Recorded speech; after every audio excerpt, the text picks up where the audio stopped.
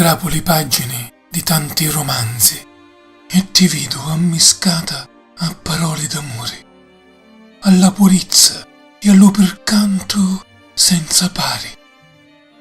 Ti guardo dalla riga più bella e nella parentesi che ammagara e arruba la vardata, e da ogni verso fatto di carni e sangue, di carezzi e vasi, trovo la tua traccia.